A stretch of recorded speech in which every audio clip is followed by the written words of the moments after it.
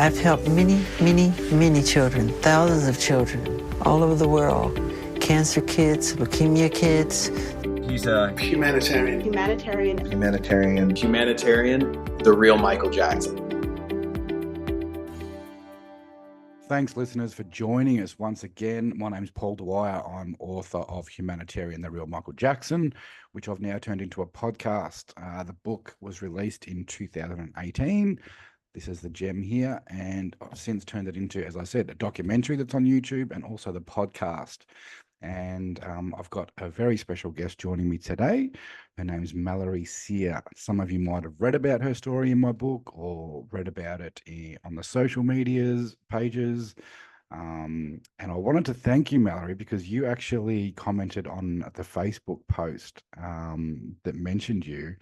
And you commented and said you'd love to come on and chat with me. So I'm very, very appreciative. Thanks for commenting and thanks for chatting with me. How are you? I'm good. Yeah, thanks for having me. It's funny because, over the years I've seen different posts and, things about my experience, and I never really thought to sort of join the chat. And something came over me that day, and I looked into your book and your work, and I thought it was a really cool perspective. So I figured, why not see if we could connect, and it worked Thank you. out. It's so funny because as we were chatting last week, and I said sometimes the stars just align. I had you on my list. I've got a list of about 120 people that I want to speak to, and I had you on the list, and I'm slowly getting through it, because I work full time. I do this podcast in my own time. So I was slowly getting through that list, and I kept seeing your name there. I'm like, yeah, I'm going to get to her. I'm going to get to her. And then you commented, and I'm like, this is perfect. The stars align. And when the stars align and things just happen coincidentally to make things happen, I feel like I'm on the right track. Yeah, definitely. And it's funny because it's not something I really talk about. I also have a career and, a full-time job, and this feels like such a blip on the radar of my life. Yeah, But it felt kind of neat to be able to talk about it and share my story. So cool. I look forward to hearing it. It is only a small paragraph in my book. It's on page 67 for anyone that wants to see it. And it says, on June 18, 1993, Michael sent a letter and a donation to an 8-year-old Mallory Cyr of Sabattus in Maine. Is that how I say it? Sabattus? the baddest, yes. Sabattus. Mallory suffered from microvillus inclusion disease, which limited her ability to eat, and you received intravenous feedings. Michael responded to a letter writing campaign organised by school children. And in his letter, he wrote, I'm sending you all my loving and caring, along with the enclosed gift, which I hope will help nourish you and keep you strong. And so I obviously want to ask you a little bit about the letter writing campaign, but I was wondering if you could first take us back to pre-1993 and what was it like being Mallory pre-1993, your childhood, where you were growing up, and how was that? Yeah. Yeah, I still live with a rare disease. I get all my nutrition from TPN, total parenteral nutrition. And so my condition is something I still live with, and I have a sister who also has it. Yeah. I had a wonderful childhood growing up. My family is amazing. We always have lived life from it's not a no, we can't, but how can we Yep. perspective. And so I was very included in my community growing up. I had a lot of friends. We had a wonderful neighborhood that we lived in, and my school was always very supportive. So this all happened. My mom was actually pregnant with my sister at the time, and due to my disease, I had some bone and joint issues, and I underwent a really big leg surgery that had me in a wheelchair. We needed an accessible van, and I was getting all of my specialty care in Boston at the time. So we were going back and forth from Maine to Boston, and our community really just wrapped around my family. We were going through some some difficult times, and it was just one of those periods where everything happens at once. Yeah. And there were auctions and spaghetti dinners and bowl-a-thons and all of these events that our community threw for us. And Unreal. there was a girl in, I think, middle school who decided to do a letter writing campaign to Michael Jackson and ask if he would help out this family. Yeah. And of course, as you can imagine, the adults and the teachers were kind of like, okay, bless your heart, Michael Jackson. I'm sure he has some things going on. And they did, these second grade kids all wrote letters in Crayola marker and drew pictures, and everyone was my best friend. And Oh. off the letters went, and we kind of forgot about it until we didn't. Was she a So, friend of yours, the girl that came up with the idea? she was, yeah, I mean, I knew her. She was a little bit older than me. But everyone knew me, and I sort of knew everyone. It was a very small town, very small community. Yeah. Even, once I got into high school, it was kind of all the same kids. So we had a really close knit community. That sounds really nice. And I know it's hard. And I hate asking, what do you remember about being 8 years old? Because, we don't remember a lot.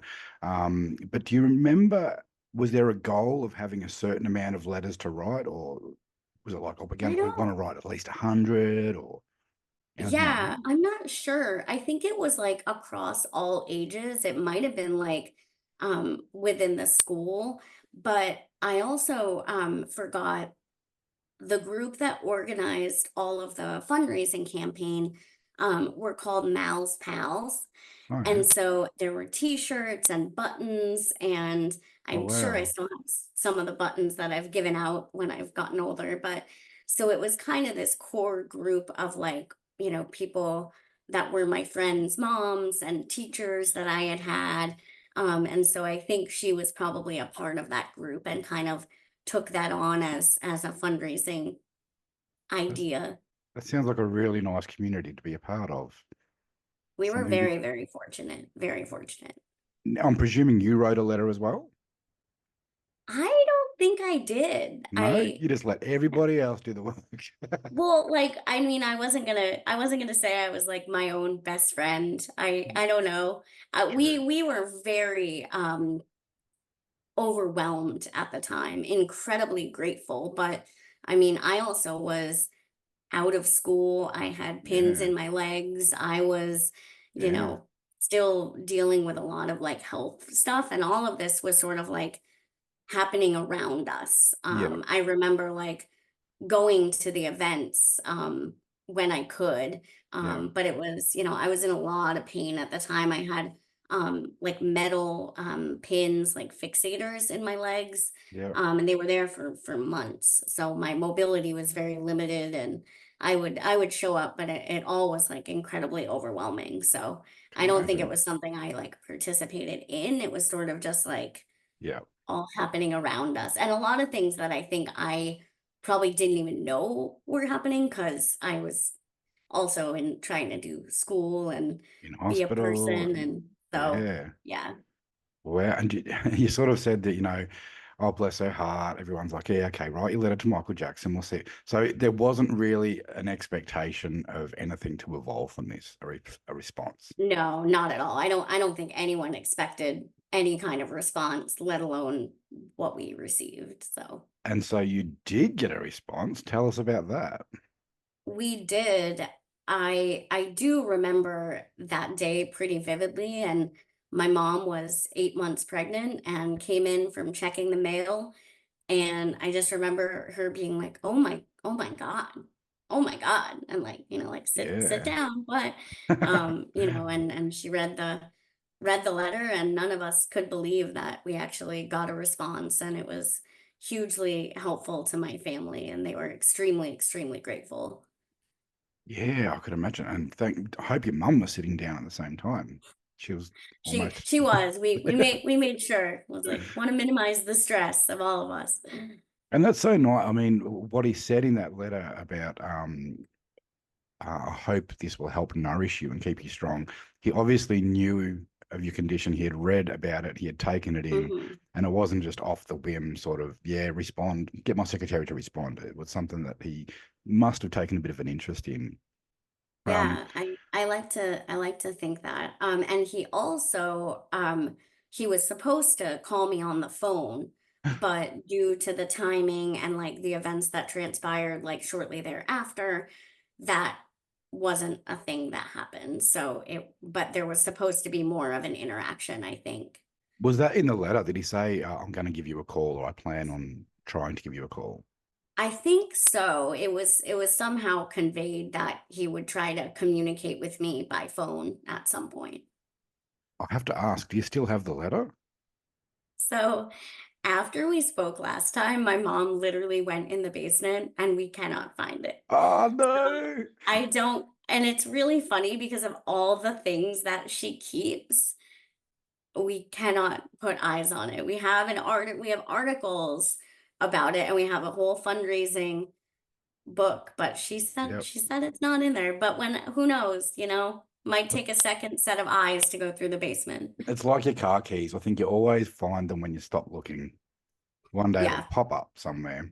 Well, and I think, this was again like 31 years ago. We've lived in multiple homes. At one point, our basement flooded. We Yeah. lost a lot of things. So, unfortunately, it's like through life's transition, it may not be something we still have, but we have the memories, and it's out there on the internet that It it is. happened. I'm So, making sure it keeps going out there. yes, yes.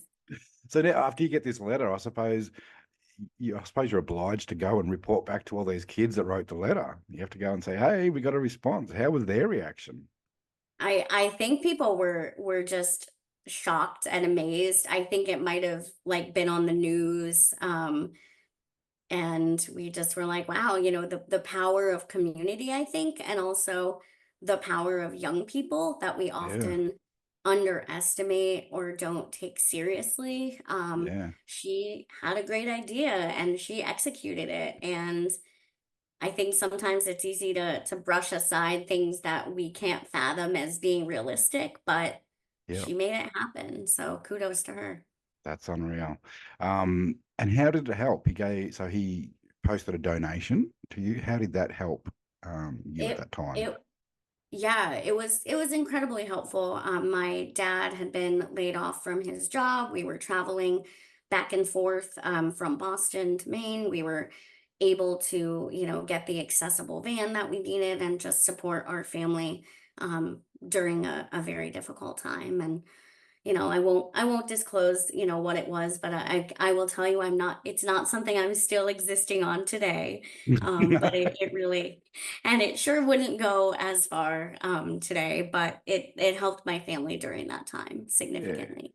100%. And I suppose just the idea of accomplishing that goal and hearing back could be probably even more important and stay with you for longer than what the monetary donation might be. Do you feel like that response and just getting the letter back has stayed with you? I know you do a lot for others now. Has Michael's letter inspired you to do things for others? Because I know you do that now. Yeah, it's really interesting, and I was really happy to connect with you and see the work that you're doing. I've written a chapter for another book about his humanitarian efforts, and I think I have sort of intrinsically, thought about the person that he was and the things that he's done. And I know a lot of times that isn't the things that the media likes to highlight. So Yeah. I think, carry that with me in the work that I do and my advocacy and being, I think, a person who sometimes it feels like the world isn't ready for the changes I want to make and the things I want to speak out on. And I feel like Michael was really ahead of his time Yeah. in the way that he thought about things, in the art that he created. And I truly believe that he just wasn't, people weren't ready for him all the time, but the good that he did is what I remember about him. Yeah, same. And so you've gone on to become a national advocate for young adults living with disabilities and complex medical conditions. Tell us a little bit about what you do now. Yeah, so my career has really been built on improving systems for medically complex young people with disabilities, as well as their families, and improving healthcare systems and access to services and supports, and also really empowering young people and families to be their own advocates. Because I think we in America exist in a really complicated, just inequitable system for all people. And growing up myself with medical needs and disabilities, and my husband has disabilities, really viewing the world through that lens, and helping to empower and educate, people who are navigating the system, but also those that are running the programs, creating the policies. I also do consulting with organizations who want to better work with or involve people with disabilities. I help plan inclusive meetings. I love traveling, viewing hotels from an accessibility lens, and learning like really how we can do better together, and from a place of people don't know what they don't know, and for things that aren't the way that people view the world, sometimes it just takes someone to go, hey, did you think about it this way, or what if we did this, and then folks, it's sort of like give someone a fish, and they eat for a day, and teach them to fish. And so Yeah, if you teach someone to view the world through a different lens, then they're then able to be part of that change as well. So I guess I always say my goal is to like work myself out of a job. But I don't think that's going to happen anytime soon, but I unfortunately. do feel like I've impacted, in a lot of ways. 100%. And I think part of the reason I didn't contact you before we connected was because I like to research everyone that I talk to first, and there's so much to research about you because you've done so much. So I've read a lot, and hats off to you. You've done so much. You have made an impact. I've seen some of the things you've been doing and the work you've been doing. It's unreal. It's good to see, people doing what I think you're passionate about and making a difference in a good way, because we all need that. And you sent me a photo during the week of you with Mr. Barack Obama. How the hell did you get that to happen? Yeah, it's funny, I think the Michael Jackson experience was just sort of like one celebrity encounter I've had throughout my crazy random life. Always fun party stories. But yeah, I was very fortunate to be invited in 2011 to a disability policy seminar at the White House. And my friend had given my name to the special assistant on disability policy, and she had worked at the White House. And when I got that letter, which was by then an email, I think I mentioned to you, my dad thought, oh, that's spam, that's a joke. And I was Yeah. like, I don't know, Dad, this is a really good it's on letterhead. I think this is real. And so I texted my friend and said, did you give my name to someone? And she said, I did. Can you go to DC in 2 weeks? And so I scrambled and pulled it all together. And I actually didn't know that we were going to meet Obama. It was just, there was a policy session where we got to ask questions and hear from folks. And then there was a reception, very nice reception. And all of a sudden, people just started standing up in a line. And I had no idea where this line was going. So I'm just in line with my champagne following people, and people were like, he's here, this is an unannounced appearance. And Wow. it was just amazing. He's so kind and so genuine and so funny. I wanted to stay and like have dinner with him and chat Yeah. more, but it was an amazing experience. What was the seminar that you were there for? So, yeah, so it was more of like a town hall format where the folks focused on disability and inclusion at the White House just talked to us and shared their gratitude for the work that we were doing in our communities. And they wanted us to know that, we were welcome there and that our voices mattered and we were able to kind of ask questions. And it was a different time where we felt, really valued and that we were involved in the policy making process. And So it was very cool. that's very cool. I hope one day we can live in a time like that again. Yes, Um, me too. was Michelle there? Did you get to meet Michelle? I did not. I saw the dog being walked in the garden, but I did not see Michelle, unfortunately. I love the Obamas. They come across as really beautiful people. I miss them a great deal every day. I'm sure a lot of Americans would. Yeah. It's very interesting watching from Australia what's happening with America and their their politics at the moment. It's yeah, a bit. It's alarming. And I think even more so why it's so important to highlight stories like these and folks that are seeing the good and continuing to do the work, because it's getting harder and harder with, access being taken away for folks that really need it, and just the divide that we're seeing politically. It's pretty Yeah, scary. yeah. We've Makes got to it bring. makes it harder and even more important to do this work. Yeah, 100%. We've got to bring the focus back onto what's important and what we all need. So thank you again for joining me for this chat.